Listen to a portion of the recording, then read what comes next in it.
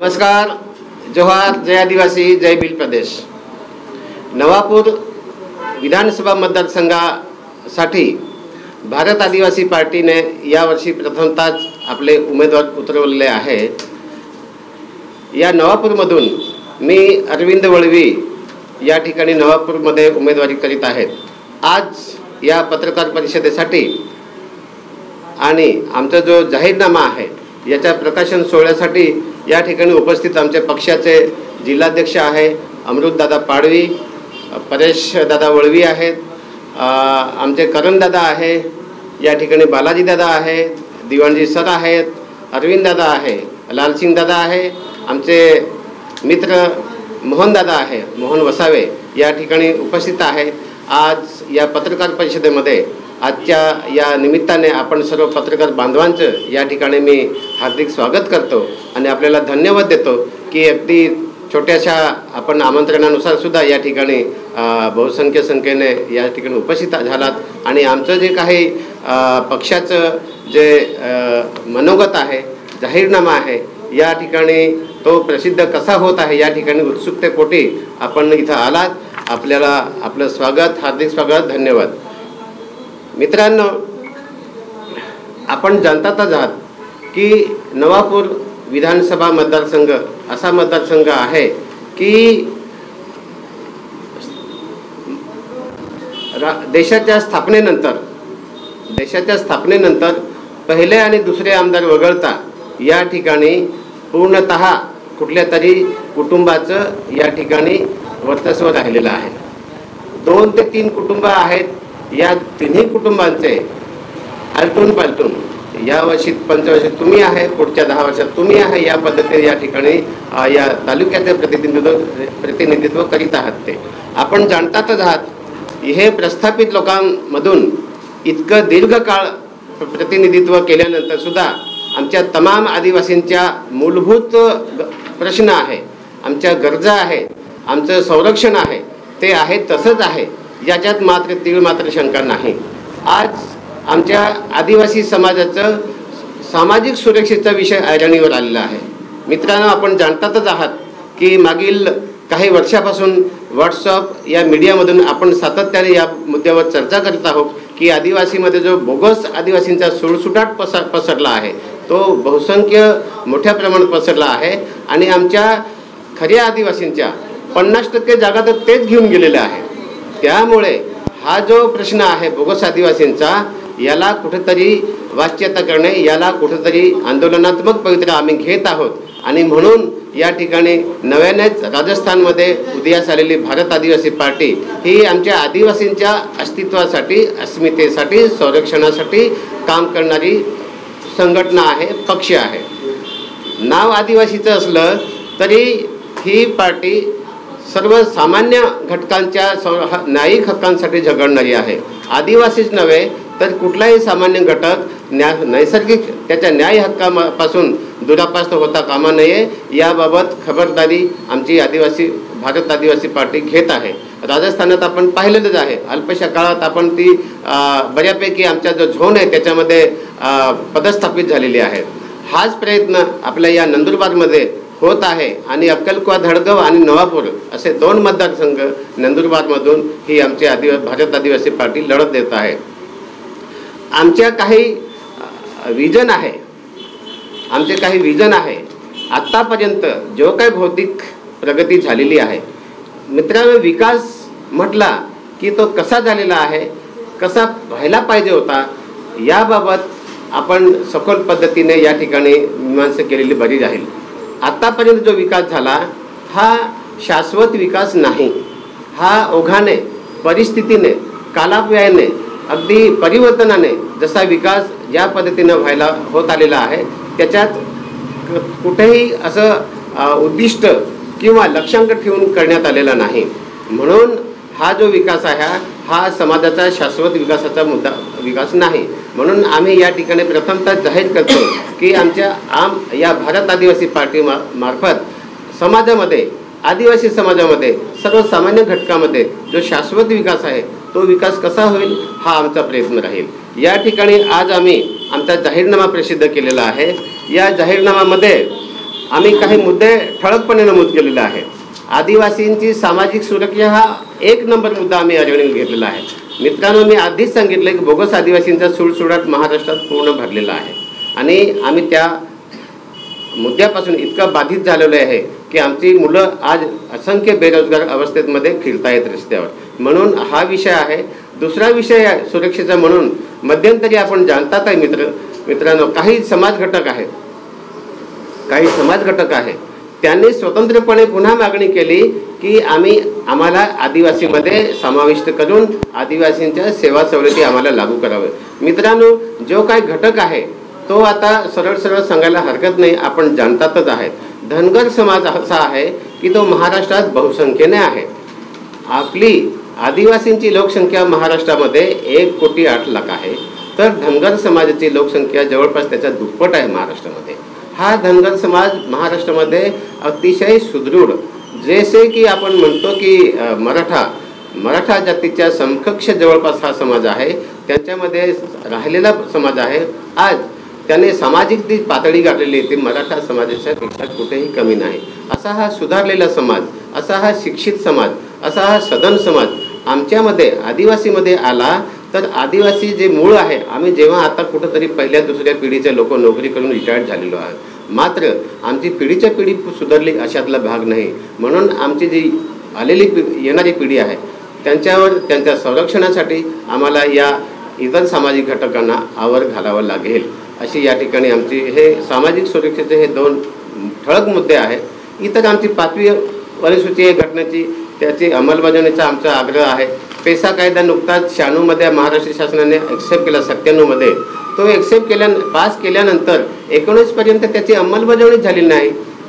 बरं, 19मध्ये एक हा नोटिफिकेशन निघाला. या पेसा कायद्याचा फक्त एका कलमाचं नोटिफिकेशन निघालं, नोकर भरती सोडली तर इतर जी कलमं आहे त्यांच्या अंमलबजावणीमध्ये तशी कृती शासनाकडनं कुठलेही घडलेली नाही. म्हणून आमचा आग्रह राहील की 5वी अनुसूची ठीक आहे, आमचा आग्रह राहील केंद्र सरकारकडे, पण पेसा कायदा महाराष्ट्र शासनाने पास केलेला आहे तो संपूर्णतः या ठिकाणी लागू करावा असा आमचा आग्रह राहील. आणि त्याचसाठी ही भारत आदिवासी पार्टी ही यासाठी लढणार आहे. मित्रांनो, आपणास माहितीच आहे शैक्षणिक विषय आहे आपण आदिवासींचा. शैक्षणिक विकास आपण एक संख्यात्मक झाला पण तो गुणात्मक झाला का हा संशोधनाचा भाग आहे. म्हणून आमच्या आदिवासी किंवा इतर आपल्यासाठी जे शिक्षण उपलब्ध आहे त्याच्यामध्ये आमूलाग्र बदल, त्याच्यामध्ये गुणवत्ता कशी आणता येईल याचा विचार, याची मीमांसा करून त्या पद्धतीने मार्गक्रमण करण्याचा आमचा प्रयत्न राहणार आहे. रोजगार, स्वयंरोजगारचा प्रश्न आहे. आज नवापूर तालुक्यातून हजारो लाखोने कुटुंबे या नंदुरबार जिल्ह्यातून गुजरात प्रांतात स्थलांतर होत असतात. काही बांधव तिकडे नाशिककडे स्थलांतर होत असतात. यासाठी रोजगारासाठी आमच्या काही संकल्पना स्पष्ट आहे. गावनिहाय या ठिकाणी आम्ही सर्वे करणार आहोत. त्या गावामध्ये 10वी पास झालेले मुलं किती आहेत, 12वी झालेले किती मुलं आहेत, ग्रॅज्युएट झालेले मुलं किती आहेत याचा आम्ही सर्वेक्षण, जर आम्हाला संधी दिली जनतेने तर आम्ही 6 महिन्यात याचं सर्वेक्षण पूर्ण करणार आणि त्या पद्धतीने या बेरोजगार युवकांना प्रशिक्षण आहे ते उपलब्ध करणार आहे. आजचं प्रशिक्षण कसं आहे, कुठंतरी जिल्ह्याच्या ठिकाणी ITI आहे, कुठंतरी तालुक्याच्या ठिकाणी एक ITI आहे, त्याची कॅपॅसिटी किती आहे, 20-20, 25-25 मुलांसाठी, फार झाले तर 50 मुलांसाठी, त्याच्या पलीकडे कॅपॅसिटी क्षमता या ITI नाही. म्हणून आमचा प्रयत्न राहील हा सर्वेक्षण झाल्यानंतर बेरोजगार युवक त्यांच्या शैक्षणिक याच्यानुसार स्टेटसनुसार किती आहेत याची गणना होईल आणि त्यांची मागणी आपण लक्षात घेऊ, त्यांना कसल्या प्रकारचं ट्रेनिंग आवश्यक आहे आणि त्या पद्धतीने ते ट्रेनिंग आम्ही उपलब्ध करण्याचा प्रयत्न आपला राहणार आहे.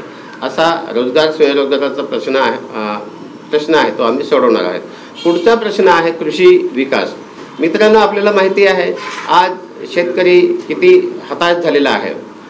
यासाठी आज जिल्ह्यामध्ये जे काही सिंचन प्रकल्प झालेले आहेत, या ठिकाणी भरडू सिंचन प्रकल्प आहे, नागण प्रकल्प आहे, ह्या प्रकल्पामधून पाणी वाटप अद्यापपर्यंत झालेलं नाही.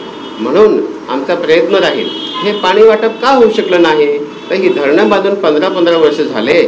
आत्तापर्यंत सत्ताधारी जे एकमेकावर ढकलतात आहे, खासदार मॅडम आमदारावर ढकलतात होत्या, आता मॅडम खासदार नाही परंतु होत्या तेव्हा आमदार महोदय खासदारावर ढकलतायत की सत्ताधारी आहे आपण काय करू शकत नाही, अशा प्रकारचा हा खेळ चालला आहे आणि आमच्या शेतकऱ्यांचा मात्र सामान्य शेतकरी याच्यात मरतो आहे.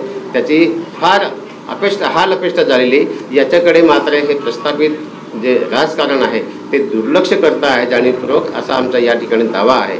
म्हणून आम्ही कृषी विकासासंदर्भात हे जे जिल्ह्यामध्ये झालेले प्रकल्प आहे, पाणी द्यायचा प्रयत्न करणार. हे जे पाणी वाटप पूर्ण झालेलं नाही, त्यासाठी आम्ही पहिल्या 2 वर्षात पाणी वाटपासाठी योजना काय करतायत, प्रकल्प कसे करतायत, योजना कशी ठरवतायत, सर्वे कसा करतायत, हे आम्ही अधिकाऱ्यांना कामाला लावू आणि अधिकाऱ्यांच्या माध्यमाने जो काय प्रस्ताव तयार होईल, या प्रस्तावाला शासनाची प्रथम प्राधान्याने मान्यता घेण्याची जबाबदारी प्रयत्न आम्ही करणार आहोत. त्यासाठी आम्ही रस्त्यावर येऊ, न्यायालयीन लढाई येऊ, परंतु शेतकऱ्यांना पाणी जे उपलब्ध करायचे प्रयत्न आहेत तो कदापि मागे हटणार नाही, असा प्रयत्न राहील. त्याचप्रमाणे मित्रांनो, आज शेती पारंपरिक पद्धतीने बऱ्याच अंशी केली जाते. ही पारंपरिक शेतीला तिलांजली देऊन आम्ही आधुनिक शेती करण्याचा या ठिकाणी प्रयत्न राहील. आज मात्र सीमांत शेतकरी अतिशय कमी झालेले आहे. पूर्वी लँड सिलिंग मोठं होतं, 10 एकर 15 एकर 25 एकर होतं. आज मात्र आमच्या शेताचं तुकडीकरण झालेलं आहे, 1 एकर 2-2 एकर असे तुकडे झालेले. त्यामुळे सामूहिक पद्धतीने शेतकरी गट स्थापन करून या आमचा प्रयत्न या जाहीरनाम्यामध्ये असा आहे की प्रत्येक गावामध्ये किमान 5 तरी शेतकरी आत्मा अंतर्गत स्थापन झाले पाहिजे आणि या शेतकरी गट स्थापन करून एक सामूहिक विकासामार्फत या ठिकाणी प्रयत्न केले जातील. आधुनिक शेतीसाठी कुठले विचार आणता येतील, सिंचनासाठी कुठले प्रयत्न आणता येतील, सूक्ष्म सिंचन कसं आणता येईल याचा विचार करून त्यासाठी लागणारी वीज आहे ती कशी पूर्णपणे आपल्याला उपलब्ध होईल यासाठीही विचार केला जाईल आणि आमच्या शेतकऱ्यांना आधुनिक शेतीसाठी वळवण्याचा आमचा प्रयत्न राहील.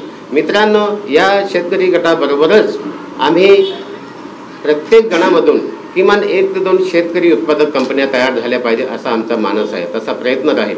कारण आज शासनाकडे, केंद्र शासनाकडे सामूहिक शेतीसाठी खूपच मोठा बऱ्या प्रमाणात पैसा उपलब्ध आहे, निधी उपलब्ध आहे, परंतु या तालुक्यामधून या जिल्ह्यामधून तसे प्रस्ताव तयार झाले नसल्यामुळे, तशा संस्था उदयास आल्या नसल्यामुळे हा निधी मात्र आपल्याला नवापूर तालुक्यासाठी आणता आलेला नाही. ही सत्य परिस्थिती आहे. म्हणून आमचा प्रयत्न आहे प्रत्येक गणामध्ये 2-3 शेतकरी उत्पादक कंपन्या स्थापन करू आणि या कंपन्यामधून शेतीपूरक शेती प्रक्रिया उद्योग कसे उभारता येतील हा आमचा कटाक्ष राहील या आणि तो मुद्दा आम्ही या जाहीरनाम्यामध्ये प्रकर्षाने नमूद केलेला आहे. याच पद्धतीने आरोग्याचा प्रश्न आहे. आज आपण मगाशी पाहतोय या निवडणुकाचा प्रचार धुराळा असो किंवा अन्य कुठेही हे प्रस्थापित राजकारणी आपसावर ढकलता आहेत. आता या ठिकाणी मित्रांनो, आपल्याकडे जिल्हा रुग्णालय झालेलं आहे. जिल्हा रुग्णालयामध्ये अत्याधुनिक सोयीसुविधा साधनं उपलब्ध करून दिले आहे. माननीय मंत्री महोदयांनी या प्रकल्पांचं, या सोयीसुविधांचं उद्घाटन करून 2-2, 3-3 वर्ष, 5 वर्षे होऊन गेले, मात्र ते मशीन तशाच्या तशा पडून आहे. ह्या मशीन काय अशा तुम्ही डम करून ठेवण्यासाठी आणले काय? म्हणून यासाठी केवळ मंत्री महोदयांनी तर तालुक्याचे प्रतिनिधी म्हणून आमदार महोदयांची तेवढीच जबाबदारी होती, ती टाळता येणार नाही.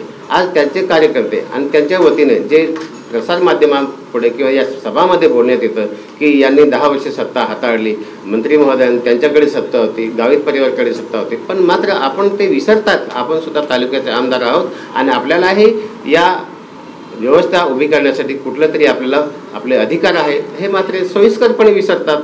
म्हणून आपल्याला शंका येते की हे प्रस्थापित लोक एकमेकावर आरोप करण्यापलीकडे यांचं विजन नाही.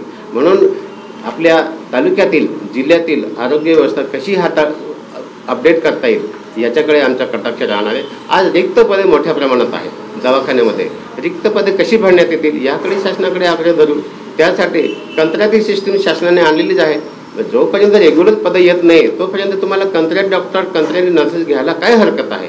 त्यामुळे आमचा प्रयत्न राहील की जी दवाखाने आहे, आरोग्य केंद्रे, उपकेंद्रे फुल प्लेसमध्ये असली पाहिजे, चालू असली पाहिजे, असा आमचा कटाक्ष राहील. नवापूरच्या नागरी सुविधा मित्रांनो आपण जाणतातच आहे. यावर्षी नवापूर किती खड्डेमय झालेला आहे. पाण्याचा निचरा होईल अशी व्यवस्था नाही. आपण पाऊस यावर्षी तो झाला, आपण पाहिलेला आहे. नवापूरचे किती हाल झाले होते, किती वस्त्या बुडाल्या होत्या. म्हणून आमचा प्रयत्न राहील नवापूरवासियांना विश्वासात घेऊन, त्यांच्या काही सदस्य नेत्या घेऊन त्यांना सोबत बसून काय आपल्याला योजना तयार करता येतील आणि त्या योजना तयार करून नगरपालिकाकडनं आपण तयार करून घेऊन शासनाकडे पाठवण्याची, ती मंजूर करून घेण्याची जबाबदारी या ठिकाणी आम्ही स्वीकारतो आहोत. संपूर्ण नवापूरवासियांना नागरी सुविधा परिपूर्ण पद्धतीने चांगल्या अद्ययावत उच्च दर्जाचे उपलब्ध होतील असा कटाक्ष आमचा या भारत आदिवासी पार्टीचा राहील. त्याच पद्धतीने या ठिकाणी तालुक्यातील काही मोठं गावं आहे, विसरवाडी आहे, चिंचपाडा आहे, खानबारा, या ठिकाणी आपण पाहतोय तिथल्याही आम्ही नागरी सुविधा हेरणार, त्याकडे लक्ष देणार. आज मित्रांनो, अतिक्रमणाचा विषय बऱ्यापैकी आहे. आज गावामध्ये नवापूर आहे, ही 4 गावं आहे, मध्ये आपल्याला हिंडायला फारशी मोकळीक नाही, श्वास घ्यायला मोकळी नाही. इतकी आज साहजिकच आपण भौतिक विकास काही झालेला आहे, वाहनं आलेली आहे, मात्र त्याच्यामध्ये कुठलेही स्वयंशिस्तता नसते. त्याच्यामुळे आणि त्याचबरोबर अतिक्रमण काही समोर आलेले, त्यामुळे जी आपण वाहनधारक झालेले आहे, जे दळणवळण आहे, आपण जी चलनवलन करणारी पब्लिक आहे, त्याला मोठ्या प्रमाणात त्रास होतो. आणि ही जी दुर्दशा झालेली ही कशी आपल्याला सुधारता येईल याचा विचार आपण त्या स्थानिक लोकांशी, स्थानिक प्रशासनाशी चर्चा करून त्या पद्धतीने त्याच्यामध्ये दर्जा उंचावण्याचा प्रयत्न आमचा राहील. अशा पद्धतीचं आमचं हे विजन आहे. आणि हे विजन आज आम्ही या ठिकाणी आपल्या माध्यमांनी आपल्यासमोर, आपल्या नवापूरवासियांच्या, आपल्या मतदार बंधू भगिनींच्या समोर आणत आहोत. आम्हाला आमची अशी विनंती राहील की आमचं विजन आहे या तालुक्याच्या प्रत्येक मतदार बंधू भगिनीकडे आपण पोचवेल, या पद्धतीचे आपणही आम्हाला सहकार्य करावं अशी एवढीच या ठिकाणी मी विनंती राहील. आणि या ठिकाणी नवीनच पार्टी आहे, आपलं या ठिकाणी खूप मोठं सहकार्य लागणार आहे. आमचे जे विचार आहे, आमचं जे काम आहे तेही आपण लोकांपुढे आणावं अशी आपल्याला सर्व मित्रांना विनंती राहील. या ठिकाणी थांबतो. जय हिंद, जोहार, जय आदिवासी, जय भील प्रदेश.